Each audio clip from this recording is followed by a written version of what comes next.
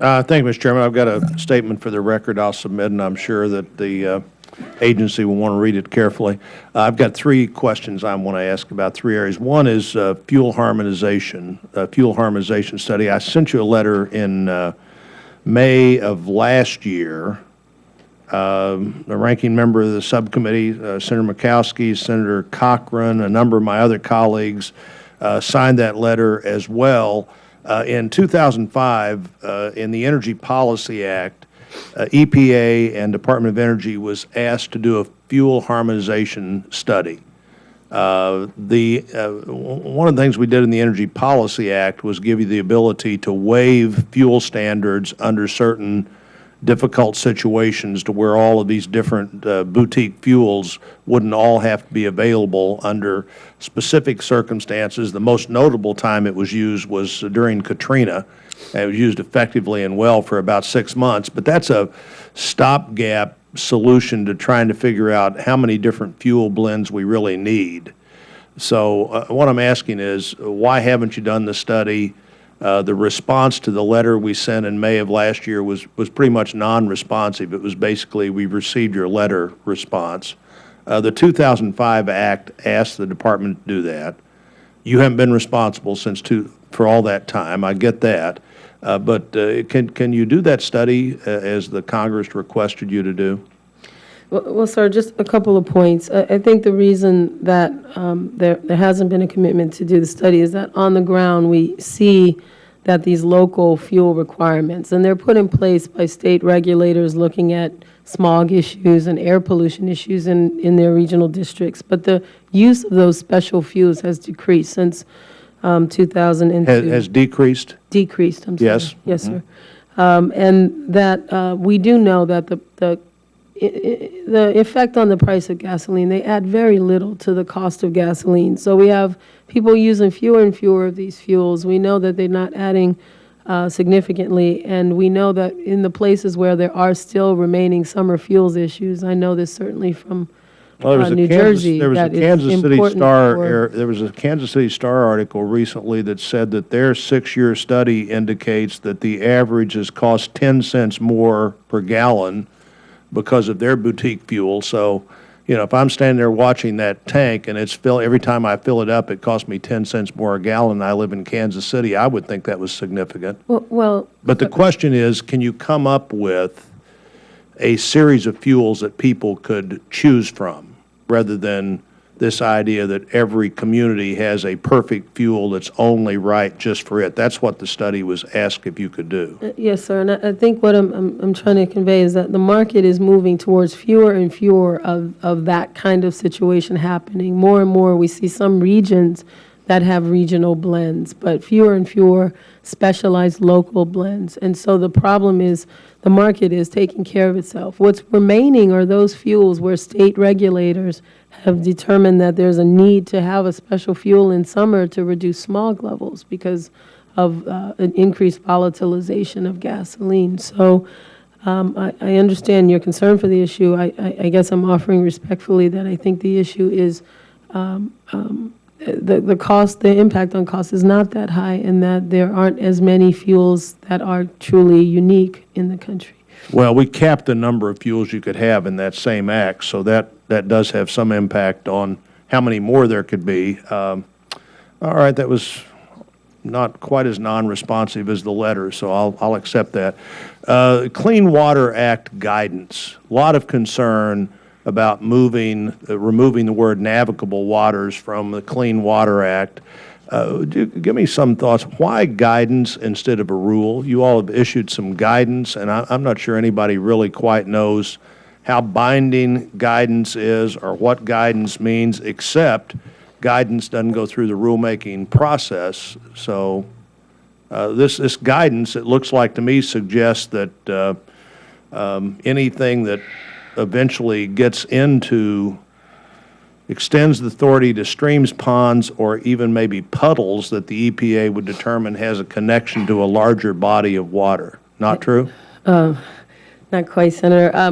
First, to your question as to why guidance, in the wake of the 2 Supreme Court decisions in both 2003 and then 2008, the EPA and the U.S. Corps of Engineers jointly issued guidance to assist in determining what water bodies were jurisdictional under the Clean Water Act. That has widely, I think very widely, been seen as not being helpful enough.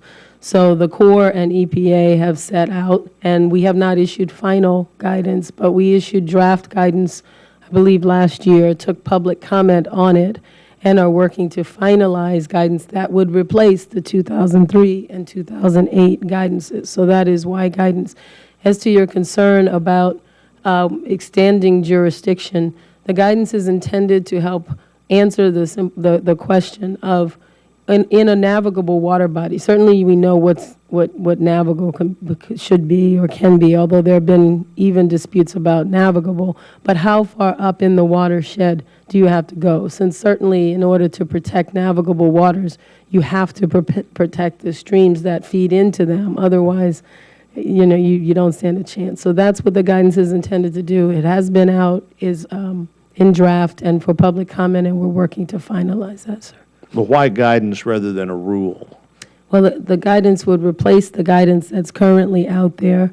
Certainly, a rulemaking could be considered, but we believe it's better to start with the guidance, and then we could certainly move towards a rule if necessary. Okay. The last question I had is short and can get a short answer. I think in mid-April, EPA entered into a proposed settlement agreement with the Portland Cement Association. And do you intend to finalize that agreement? I think they've accepted the proposed settlement and are waiting for you to. Yes, sir. To my knowledge, I don't think there's any concern with finalizing our agreement. Okay. Thank you, Chairman.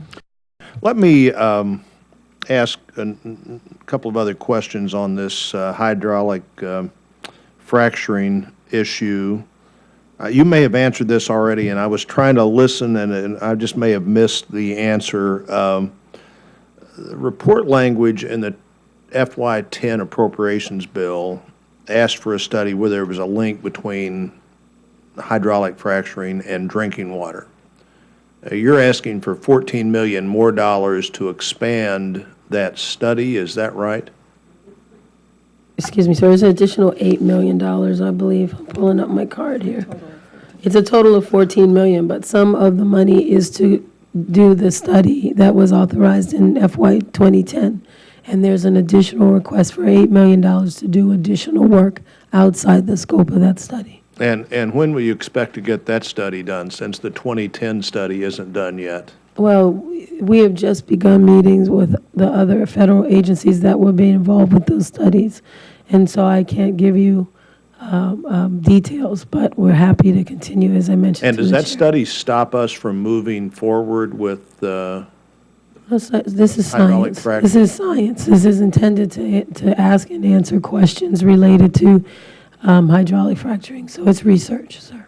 So it doesn't set any obstacle in the way of hydraulic fracturing anywhere it's going on, or did we have to have the drinking water study before certain things could be done? No, sir. Hydraulic fracturing, as you heard, is continuing apace. And what I've said about the drinking water study is that if we learn things that teach us better ways to protect drinking water, certainly we're going to share that with all the people who are out there as our partners trying to protect drinking water. But we don't have any results yet.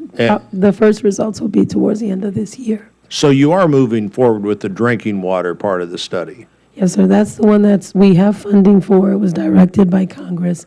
This is a budget request for additional studies coordinated across EPA and other agencies. And if this budget request isn't met, you would still do the drinking water study? Provided that portion of the $14 million, and I think it's $6 million? In 12. In 12 that we already have then. So yes, the answer to your question. How much was provided in FY10? I believe it was 2 or 4. Let us grab the number for you while you sit here, but we believe it was $2 or $4 million.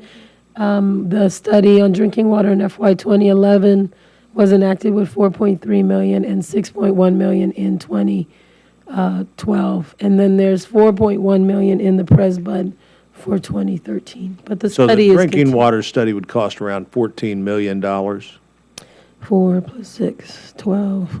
Yes, sir. And you've asked for another $8 million to start this new series of studies? Yes, but the other agencies are asking for additional funding as well. So as the chairman mentioned, I believe it's $45 million in total additional research around hydraulic fracturing. And what you would hope to find out is that even if drinking water wasn't affected, that wastewater treatment plants were, or other water sources were? The general areas have been air quality, water quality, and ecosystems. We have had other issues that states have dealt with or are dealing with. Wastewater, certainly surface water can raise some concerns. But the idea is to ask the question so that the American people know that their government is doing the research to ensure we stay in front of any issues before they develop. And we would expect to see the drinking water study when? The initial results would be at the end of this calendar year, sir, but the study goes on an additional year after that. Thank you. Thank you, Chairman.